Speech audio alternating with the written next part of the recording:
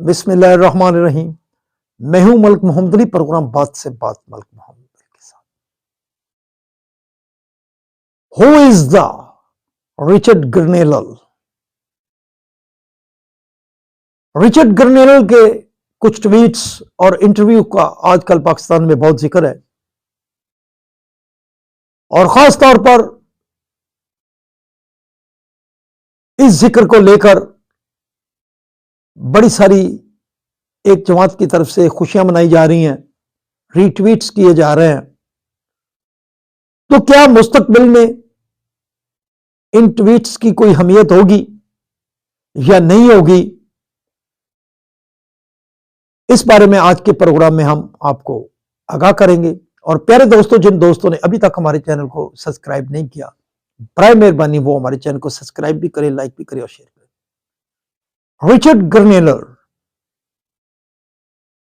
जो कि नौमुंतखब अमेरिकी सदर डोनाल्ड ट्रंप के करीबी दोस्त हैं, और उन्होंने अब हालिया दिनों में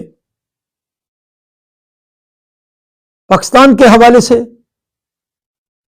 इमरान खान की रिहाई के हवाले से ट्वीट्स किए, इंटरव्यू भी दिया, और उन इंटरव्यूज और ट्वीट्स को लेकर पाकिस्तान के अंदर एक बड़ा सारा बयानिया बनाया जा रहा है। और इसके साथ साथ तहरीक इंसाफ से ही व्यवस्था कुछ रहनुमा जो इन दिनों अमेरिका में हैं, वो ट्वीट्स कर रहे हैं, और खास तौर पर पाक फौज को टारगेट करके वो बड़े सारे वीलॉग बना रहे हैं, और उन वीलॉग्स में वो तमाम हदें क्रॉस कर चुके हैं।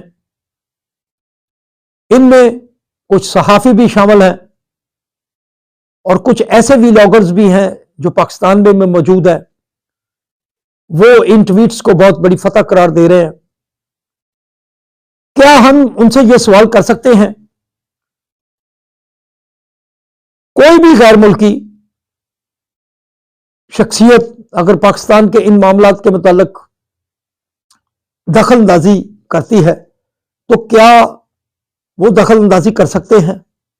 जैसे बतौर पाकिस्तानी हम अगर किसी भी मुल्क के अंदर, अमेरिका, बरतानिया, फ्रांस, जर्मनी या दुनिया के किसी भी मुल्क के अंदर उनके अपने सिक्योरिटी इश्यूज के हवाले से या दीगर मामलात के हवाले से कोई चीजें सामने आती हैं, तो क्या हम हक रखते हैं कि यहां से इस बात का इजहार करें कि फलां को इस तरह कर दो, फलां का इस तरह कर दो या छोड़ दो? अखलाकी और आईनी तौर पर हमें कोई हक नहीं है।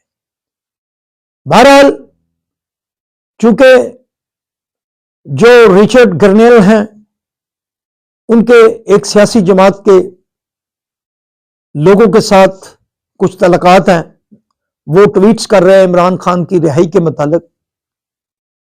तो ये बातें हुकूमतों की हुकूमती सतह पर होती हैं, लेकिन ये कैसे पगले लोग हैं जो उन ट्वीट्स पर रीट्वीट्स करके खुद ही इसको बहुत उछाल रहे हैं।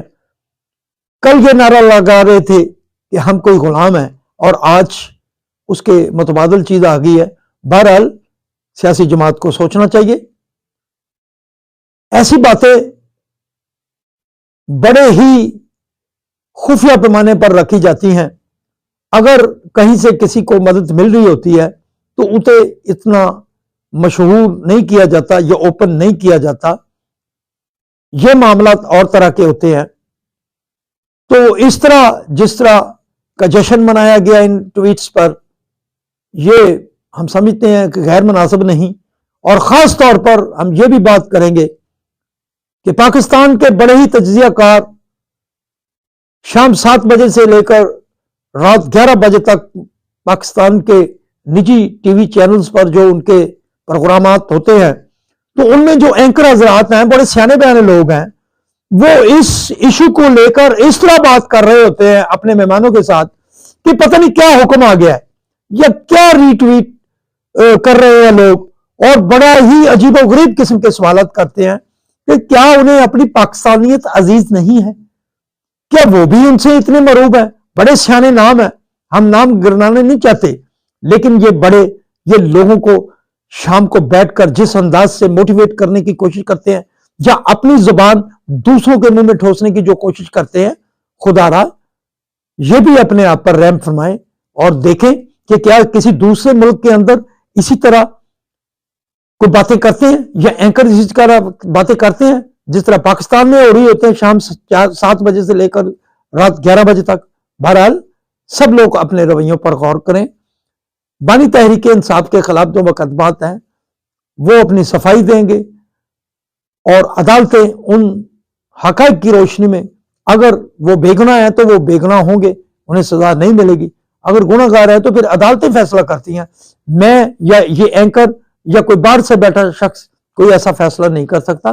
बहरहाल ये सोचने की बातें हैं। एक बात हम अपने दोस्तों को, नाजरीन और सुनने वाले दोस्तों को जरूर बताते हैं कि जब पाकिस्तान में सबसे पहले जमहूरियत की बात करने वाले, अवाम की बात करने वाले जुल्फकार अली भुट्टो, जिनका पाकिस्तान में शायद इससे पहले किसी को इतनी मकबूलियत नहीं थी जितनी जुल्फकार अली भुट्टो को थी, जब उन्हें तख्तादार पर लटकाया जा रहा था, उनकी हुकूमत को गिरा दिया गया, उन्हें फांसी की सजा दे दी गई, तो उस वक्त अमेरिका के प्रेसिडेंट जिमी कार्टर, ये नौजवान नस्ल के लिए भी मैं बात कर रहा हूं, उनकी मालूमात के लिए भी बात कर रहा हूं, जो रिचर्ड गर्नेल के ट्वीट्स को लेकर बड़ा शोर मचा रहे हैं, उनके लिए अर्ज है कि जिमी कार्टर जो उस वक्त अमेरिका के मुंतखब सदर थे और जुल्फकार अली भुट्टो शहीद के अच्छे दोस्त भी थे, उनसे बड़ी अच्छी रिलेशनशिप थी उनकी, जिमी कार्टर ने भी उस वक्त की पाकिस्तानी हुकूमत के को जुल्फकार अली भुट्टो को को रिहा करने का मुतालबा किया था, लेकिन पाकिस्तान में उसकी किसी ने बात नहीं सुनी थी। जनरल मोहम्मद ज़िया हक ने उनकी बात नहीं सुनी थी। हालांकि पाकिस्तान के साथ उस वक्त भी अमेरिका के बहुत ही अच्छे तल्लुकात थे, क्योंकि अफगानिस्तान में रूस आ चुका था, पाकिस्तान के साथ बहुत अच्छे रिलेशन थे, लेकिन कुछ नहीं हो सका। और इसी तरह जब एटमी धमाके किए जा रहे थे तो बिल क्लिंटन ने मियां मोहम्मद नवाज शरीफ को 5 टेलीफोन किए थे कि ये 5 अरब ले लो, अमदाद ले लो, ये कोई कर्ज नहीं है, एटमी धमाके ना करो, लेकिन पाकिस्तान ने एटमी धमाके कर दिए थे। पाकिस्तान के अंदर अगर कोई भी मामला होंगे तो वो बातचीत के जरिए होंगे। बानी तहरीक इंसाफ की रिहाई भी बातचीत के जरिए होगी, क्योंकि सियासी लोग हैं, सियासी लोगों के मामला सियासी प्लेटफॉर्म पर ही हल होंगे। सलाम पाकिस्तान, सलाम ओवरसीज, अल्लाह हाफिज।